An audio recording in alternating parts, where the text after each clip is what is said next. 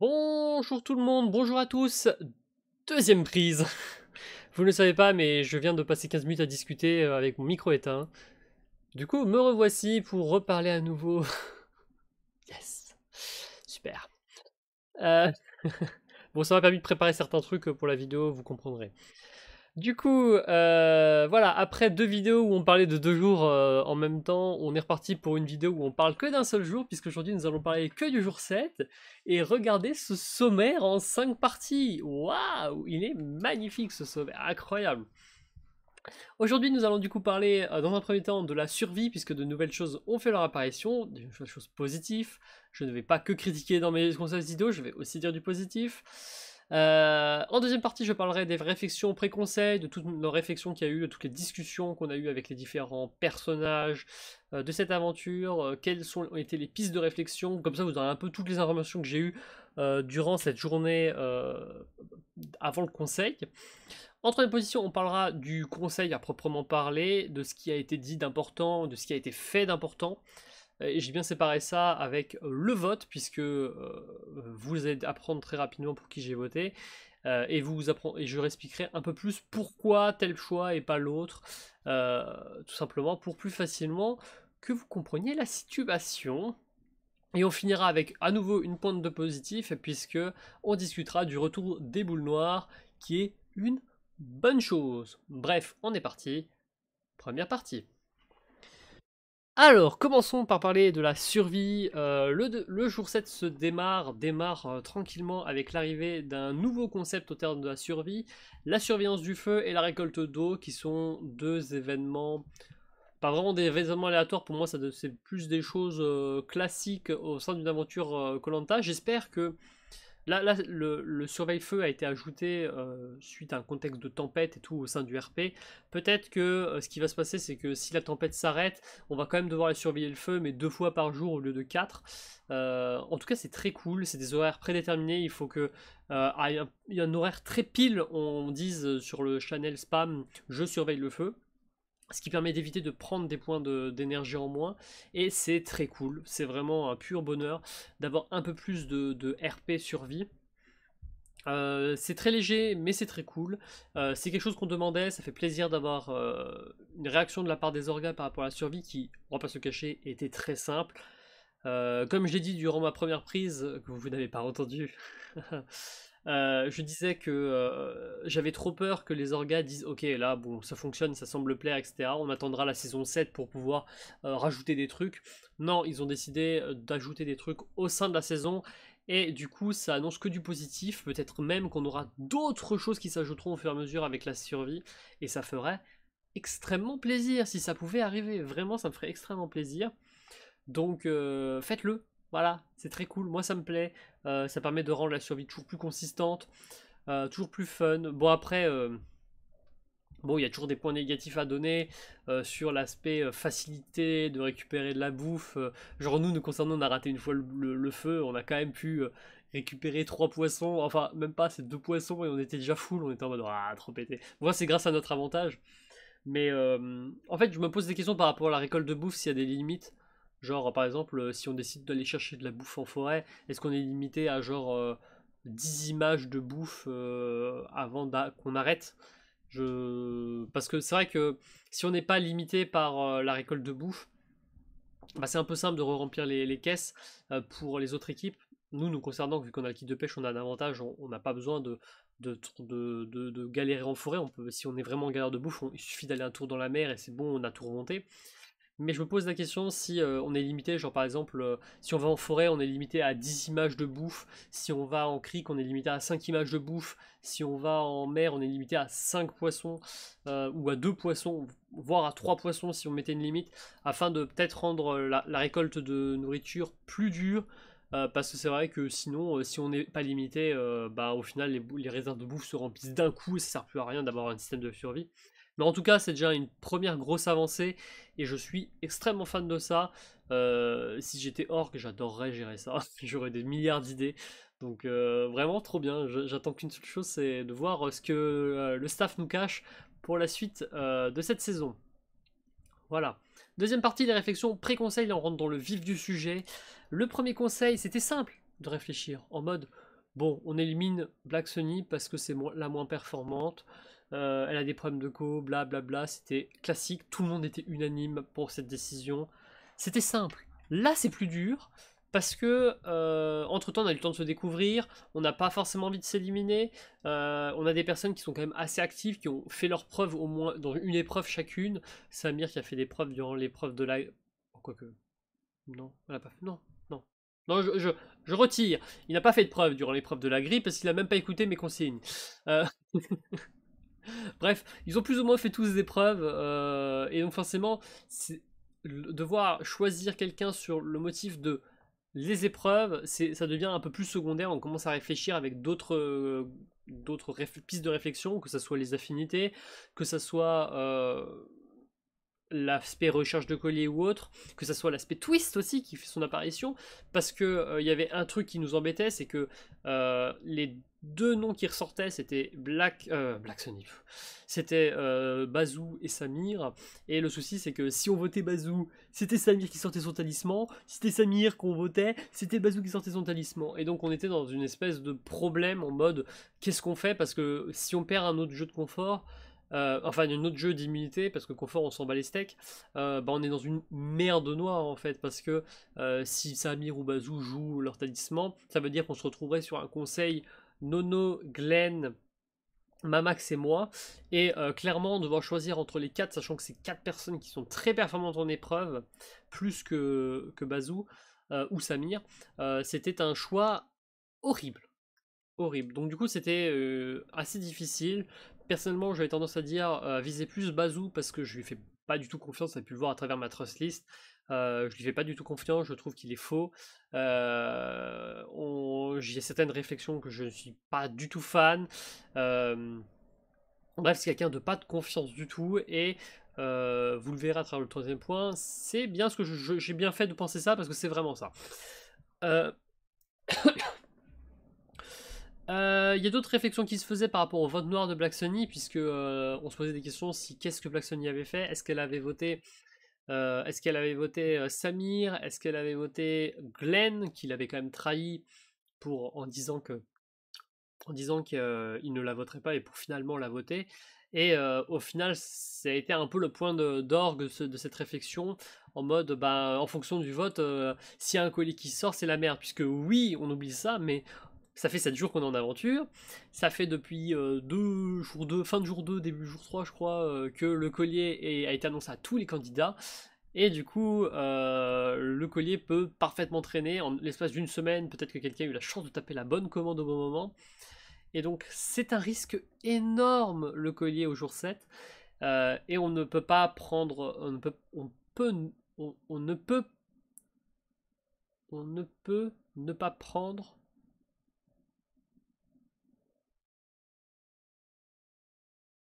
On doit pas prendre de risques, quoi. J'ai fait mes mots. Et donc du coup, forcément, Bazou qui semble être le plus loin, qui a le mieux avancé sur la quête du collier, ou du moins qui était semblé très actif sur la quête du collier, et la personne qui faisait le plus peur entre Samir et Bazou. Bref, il y avait des décisions. On est aussi venu me voir pour me dire que ça serait peut-être mieux qu'on vote Samir à l'unanimité afin que Bazou ait moins l'envie de sortir son talisman, etc. Et c'est vrai que c'était aussi un bon choix, et c'était d'ailleurs un bon choix initial, je vous en parlerai lors du voie 4. Est-ce que j'ai suivi ce choix initial, ou est-ce que j'ai décidé de switch sur Bazou? On se retrouve à la partie 4 pour en parler. Mais avant, il faut parler du conseil, parce que le conseil a défini ce que j'allais voter en fait.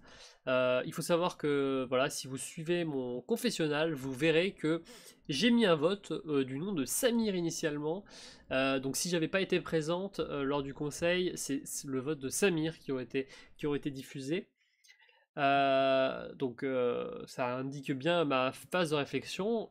Sauf que le conseil, ce qui s'est passé, a défini si je vais garder ce vote ou pas.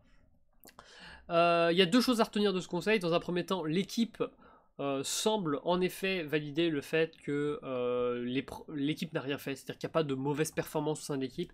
C'est juste qu'on n'a pas eu de chance sur les épreuves parce que les équipes d'en face sont trop fortes.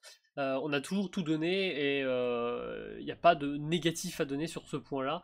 Il n'y a que du positif à garder. Voilà, on est très bon en équipe, on se donne tous à fond. Et on n'a pas de choses à changer. On est à fond, on est à fond, on est soudé malgré le fait que on soit dans la défaite. La preuve, le conseil, on était en train de rigoler, on chantait et tout. C'était un bordel sans nom et c'était, je pense, la bonne ambiance. C'est la bonne ambiance qu'il faut qu'on conserve pour la suite de l'aventure parce que bah, c'est nécessaire en fait. C'est nécessaire qu'on soit tous unis pour pouvoir mieux s'en sortir à travers les épreuves. Bon, malheureusement, c'est pas très visible sur les épreuves individuelles, mais sur les épreuves collectives, c'est visible. Et on va continuer à faire ça au maximum en tout cas. L'autre partie du conseil à noter, c'est que le conseil se passait extrêmement bien. On avait fini les questions. Quand soudain, on a notre ami Bazou qui prend la parole et qui annonce au reste de l'assemblée qu'il décide de détruire son talisman et qu'il décide de révéler la suite d'énigmes de l'avantage s'il ne sortait pas.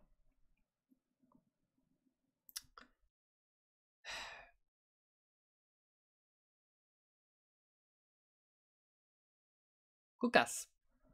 Donc j'ai pris la parole pour dire que quoi qu'il arrive, il ne sortirait pas, que je trouvais ça dommage qu'il ne nous fasse pas autant confiance malgré tous les dialogues qu'on a fait.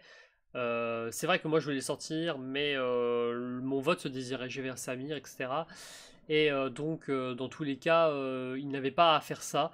Il vient juste de se mettre une épine dans le pied, mais pas juste une épine, c'est un pieu qu'il a sorti pour se le mettre dans le pied, et que ça ne servait à rien. Moi, je l'ai pas dit comme ça, bien évidemment. Vous verrez la vidéo conseil des orgas et de Sébastien. Mais voilà, c'était une bêtise sur ce point de faire ça et, euh, et je ne comprends toujours pas pourquoi il a fait ça. Parce que dans tous les cas, bon, c'est très pratique pour nous parce que c'est moins prévisible à l'avenir.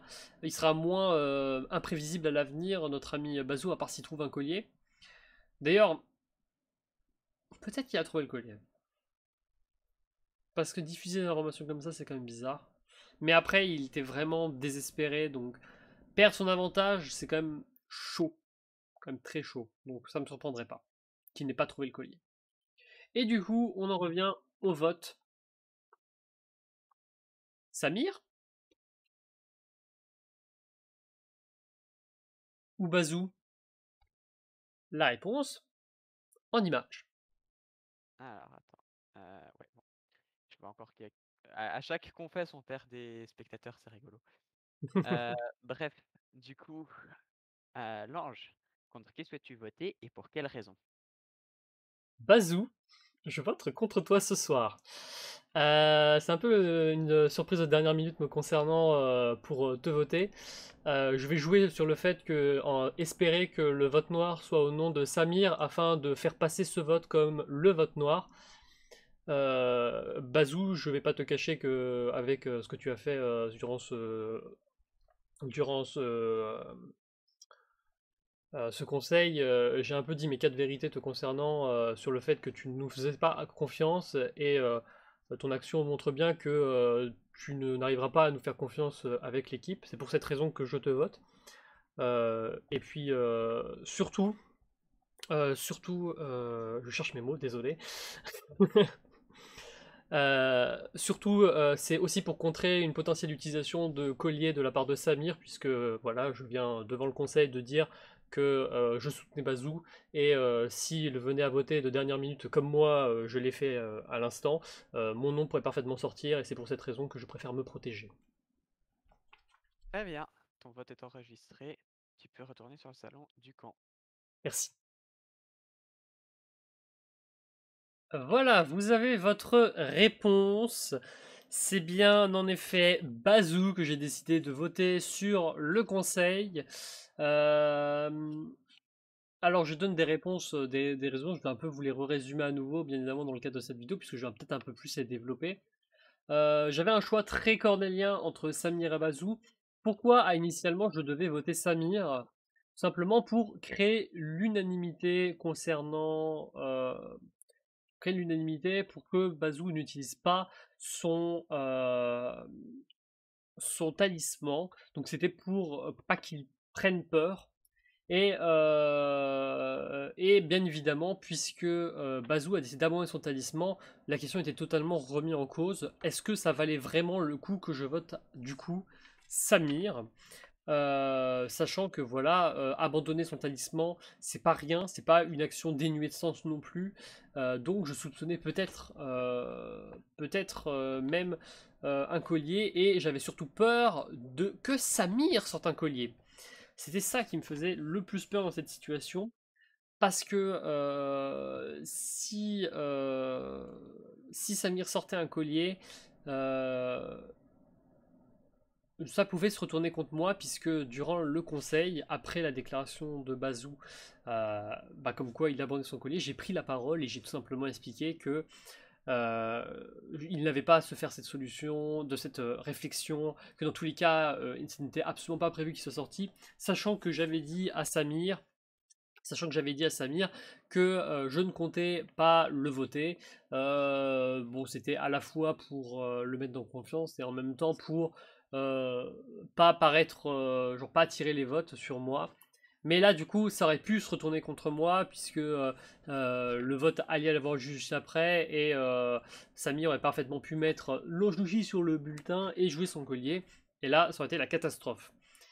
Je savais que il fallait créer obligatoirement du coup une égalité, euh, puisque je n'étais pas sûr du vote de Black Sunny post élimination. Si ça avait été sur Samir, c'était catastrophique, puisque Samir, utilisant son collier, se protégeait aussi. Et du coup, il ne restait plus qu'une seule chose, c'était mon vote. Et c'est pour cette raison que j'ai voté du coup Bazou. D'ailleurs, on le voit, hein, je l'ai écrit à la va-vite. Voilà, alors que Samir, regardez comme c'est propre, tout bien tracé et tout. Wow. Il y a de l'effort. Là, non, je crée vraiment à la va-vite, parce que c'était ma cartouche pour me protéger. J'ai eu extrêmement peur de ce collier. Et même si au final le conseil aura fait que j'en aurais pas eu besoin, puisque au final Samir n'a pas sorti de collier, il est sorti avec 3 bulletins contre lui. Il avait voté contre Bazou, moi j'ai voté contre Bazou, et le vote noir n'était ni sur Glenn ni sur Samir, mais il était sur Nounou. Personne ne va y arriver, et donc c'était la fin des cacahuètes nous concernant. Voilà. Donc c'est très fort. Au moins, je me suis assuré le coup, ça n'a pas valu le coup. Bien évidemment, c'est aussi un vote pas forcément attendu de la part de mes alliés, puisque j'avais annoncé que je voterais Samir pour finalement changer au dernier moment. J'en ai parlé à Mamax, qui est mon allié. Je lui ai expliqué que j'avais pris peur et que je ne pouvais pas risquer mon aventure sur un collier qui sortirait sur Samir. Et j'ai préféré voter en mon âme et conscience et sauver ma place. Il a compris ça. Il a compris aussi que je ne remettais pas notre alliance à jour, et j'ai pris la décision d'en parler également à Bazou. Pourquoi en parler à Bazou par contre? Parce que j'avais dit à Bazou que je ne le voterais pas, et je l'ai fait, et j'avais pas envie de créer de tension en mode qui a voté Bazou. Je voulais que lui le sache immédiatement, pour pas que ça tourne en rond et que ça soit réfléchi. J'ai voté Bazou, point final. C'est ma décision. Je lui ai expliqué exactement pourquoi j'ai fait ça, que j'avais eu peur du collier, que j'avais pas envie de risquer mon aventure pour ça. Et je sais pas s'il m'a compris, je sais pas si il m'a entendu, mais au moins c'est fait, et j'assure mes arrières. Les gens sont m'apprécier, donc je pense pas que ça portera préjudice à l'avenir, mais il est évident que c'est une chose qu'il fallait faire si un conseil venait à revenir. Voilà. Donc c'était un choix réfléchi, et je pense que c'est le meilleur choix que je pouvais faire dans cette situation. Voilà. Bref, notre ami Samir est éliminé de cette aventure avec 3 votes. C'était très plaisant de jouer avec lui. Je suis encore désolé d'avoir voté pour lui. J'aurais voulu qu'on puisse aller plus loin. Si on avait gagné cette épreuve, on aurait pu continuer. C'était une personne que je voulais voir continuer. J'avais pas envie d'éliminer Samir juste par prétexte qu'il était jeune. Malheureusement, c'est plus ou moins ce qui a été fait, puisqu'il n'a pas réussi à s'intégrer à l'équipe. Voilà, c'est un peu triste, mais c'est comme ça. Et on continue l'aventure, c'est le plus important. Voilà, donc on passe un conseil de plus et on est F19 maintenant. Voilà, et on finit du coup avec la 5ème partie, le retour des boules noires, c'est la grosse nouveauté, le jeu de confort a été annoncé, on parlera du jeu de confort dans la prochaine vidéo, mais on va parler des boules noires puisque c'est l'ultime modification des ordinateurs qui ont écouté la sainte parole des jaunes. Priez l'équipe jaune, les papillons de lumière. Voilà, il faut écouter les papillons de lumière. Du coup, les jaunes se sont plaints du fait que le tirage au sort n'était pas aléatoire, du moins pas les jaunes, mais moi et Nono on s'est plaint de ça. Je sais pas si d'autres jaunes se sont plaints de ça. Pour moi qui est une critique parfaitement logique, puisque le fait d'avoir un tirage au sort aléatoire permet justement d'éliminer des personnes potentiellement fortes de certaines épreuves, et ça permet du coup de compenser, justement l'élimination. Le fait d'avoir des personnes en moins, ça peut permettre qu'avec un coup de luck, la bonne personne qui est très forte à une épreuve ne participe pas. Et c'est vrai qu'à l'épreuve d'immunité, on a été très fortement désavantagé par le fait qu'ils pouvaient choisir qui ne participerait pas, alors que si par exemple Europe avait été éliminé, c'était une personne forte, vraiment forte au jeu en moins, et du coup une personne qui potentiellement est moins forte en plus dans la poule. Donc c'est très bien cet ajout. Je remercie les organisateurs d'avoir entendu notre appel. Et cette fois-ci, je ne sais pas si d'autres équipes ont fait cette plainte, si la piste de réflexion a été proposée à d'autres équipes ou autres, ou si nous ont juste écouté, ils ont discuté entre eux en fonction de nous. Mais je pense que quoi qu'il arrive, nous étions les mieux placés pour nous plaindre de cette situation, puisque on savait que si on restait dans un format comme ça, on allait quoi qu'il arrive se retrouver face à des personnes qui n'enverrait que leur maillon fort, alors que nous, on resterait en full maillon faible. Voilà. Donc c'est une très bonne nouvelle de nous avoir écouté. Merci les orgas. Et on est reparti pour la suite de cette aventure avec les prochains jours qui sont décisifs. Nous arrivons en conclusion, puisque oui, j'ajoute une conclusion pour finir. Les prochains jours sont très décisifs. Pour quelle raison? Car on a déjà un jeu de confort, bon ça c'est classique, on est un peu en mode on s'en fout. Deuxième information importante, c'est surtout le jeu d'immunité qu'il ne faut absolument pas perdre en fait. Tout simplement parce que si on perd, ça veut dire qu'on se retrouverait en équipe. Calculé? Avec capable de calculer? C'est pourtant simple, une équipe de 4 hein. Et 4, ce n'est plus possible pour une équipe. Ça reviendra à des conseils pas très passionnants, on va pas se le cacher. Et il est évident que si on venait à se retrouver à une équipe de 4, il y aurait, quoi qu'il arrive, un swap. Alors c'est peut-être pas un swap qui est initialement prévu, mais un swap forcé afin de rééquilibrer les équipes.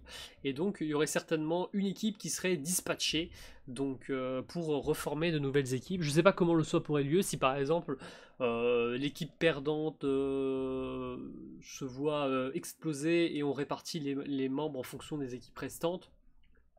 Parce que du coup, si on devait revivre un conseil, on serait F18 et 18, ben, c'est parfait pour former deux équipes de 9. Je pense que c'est pas cool une équipe de 9 parce qu'il y a trop de monde. Voilà, je le dis comme ça clairement. Pour moi, c'est absolument dégueulasse des équipes de 9. Mais ça pourrait potentiellement arriver. C'est pour cette raison qu'il faut absolument éviter de se faire dégager et de revivre un swap. Parce que dans tous les cas, on serait perdant au swap. Si c'est un swap genre de type les deux premières équipes à gagner l'épreuve de confort, vos équipes restent en place et la dernière équipe elle se voit dispatchée. Si on se retrouve à 4 avec deux équipes de 9, ça voudrait dire qu'on se retrouverait à 5 contre 4. Ouais, malgré le fait qu'on a gagné, on est dans la merde. Waouh, trop cool.